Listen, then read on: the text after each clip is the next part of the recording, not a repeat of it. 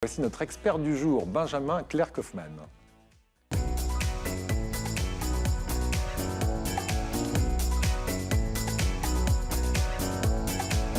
Conseiller en gestion de patrimoine. Bonjour, Monsieur Kaufmann, comment ça va?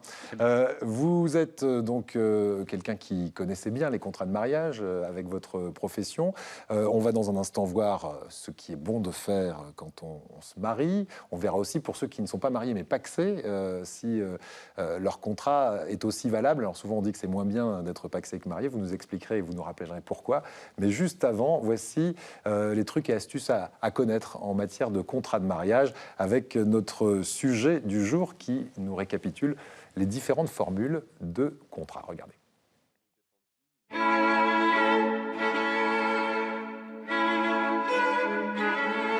Attendez, excusez-moi, mais vous avez pensé à faire un contrat de mariage pour vous protéger? Bah c'est pas la peine, mamie, on s'aime. C'est la phrase que vous ne pensiez pas entendre un jour, et pourtant, Mamie Colette n'a pas pu s'en empêcher.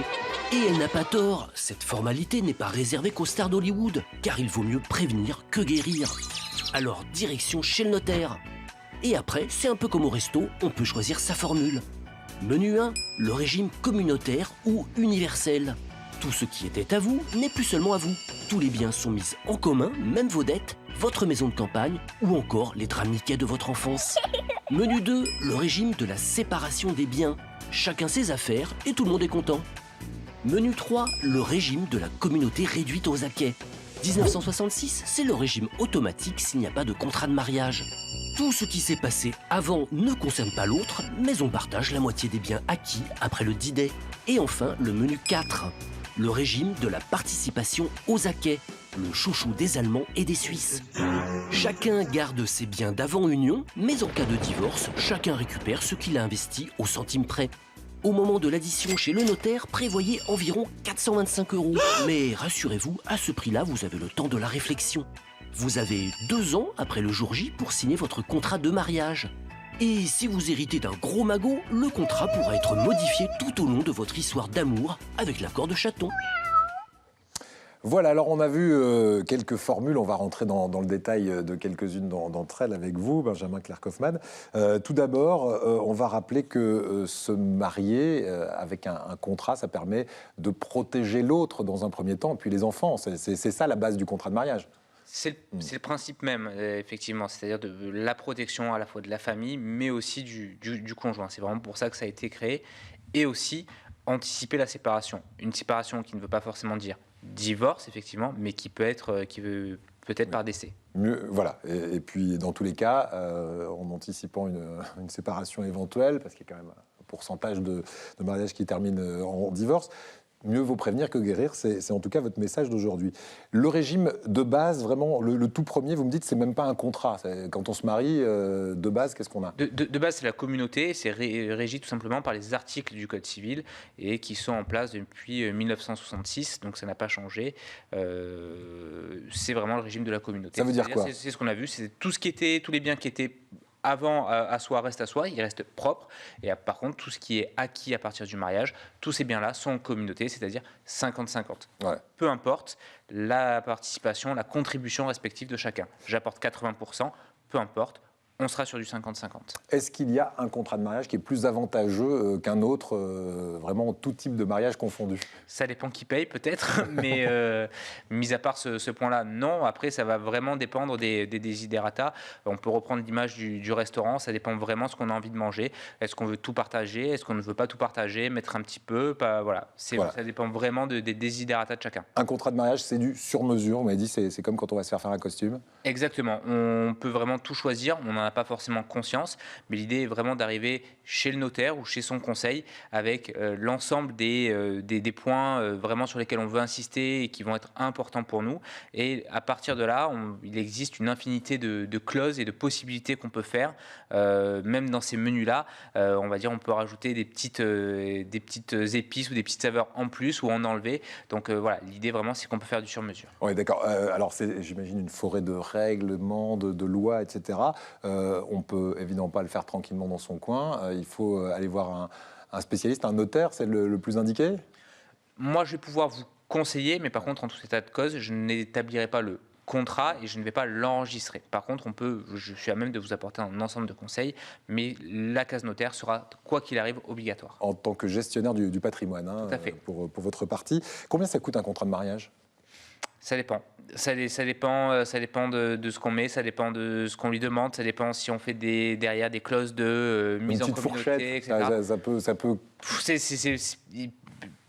Il n'y a pas de fourchette, vraiment, ça va dépendre de chaque notaire et ça va dépendre de... Mais plutôt quelques centaines d'euros, quelques dizaines d'euros Quelques dizaines peut-être pas, mais quelques centaines d'euros, aux alentours de 500 euros, normalement, vous devriez pouvoir trouver votre compte. Alors, sauf si tu es star à Hollywood, où là, oui. à mon avis, tu rajoutes quelques zéros. Oui, parce que ça va prendre des mois et des mois avant de tu te maries jamais, de bien rédiger le contrat. Voici la question selfie du jour. Elle vous est posée par Léane. On vous écoute, Léane. Bonjour, je m'appelle Léane, j'habite à Aix-en-Provence et j'aimerais savoir si un contrat de mariage est obligatoire en mariage civil et si on peut changer les termes du contrat en cours du mariage. Merci. Alors, en gros, contrat obligatoire ou non pour un mariage civil, et peut-on changer les termes en cours de route ? Alors, non, déjà pas de contrat obligatoire, c'est-à-dire qu'au moment de la mairie, au moment du mariage civil, tout simplement, l'officier d'état civil va dire c'est un mariage sur lequel il y a eu un contrat déposé et va donner le nom du notaire chez lequel le contrat a été déposé, ou dira c'est un contrat sur lequel il n'y a pas eu de mariage, de contrat. C'est un mariage sans contrat. Oui. Donc ça, on n'est vraiment pas obligé du tout de mettre en place un contrat, même si on va et on fait un mariage civil. Premier point. Le deuxième point, on peut effectivement le changer en cours de route. On peut, c'est très facile les 2 premières années. Par contre, après, il va falloir l'autorisation effectivement de son partenaire et aussi en faire la publicité. Ce qui veut dire que, par exemple, si j'ai contracté des dettes et que je suis marié sous le régime de la communauté, ces dettes vont donc être communes, je ne vais pas pouvoir du jour au lendemain passer dans le régime de la séparation et de dire je n'ai plus de dettes. C'est pas possible. On va en faire la publicité et les créanciers pourront à ce moment-là s'opposer ou non à ce changement. D'accord. Quand vous dites qu'on doit avoir l'avis du conjoint au-delà de 2 ans, ça veut dire qu'en dessous de 2 ans, on n'est pas obligé ?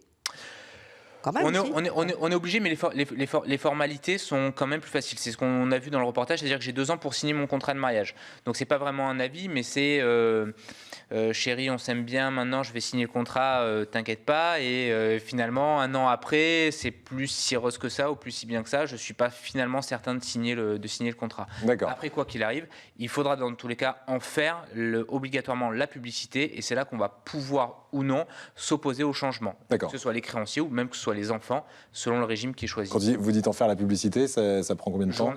C'est de publication dans le journal, dans le journal légal. C'est facile. C'est pas mais... 4/3 d'accord.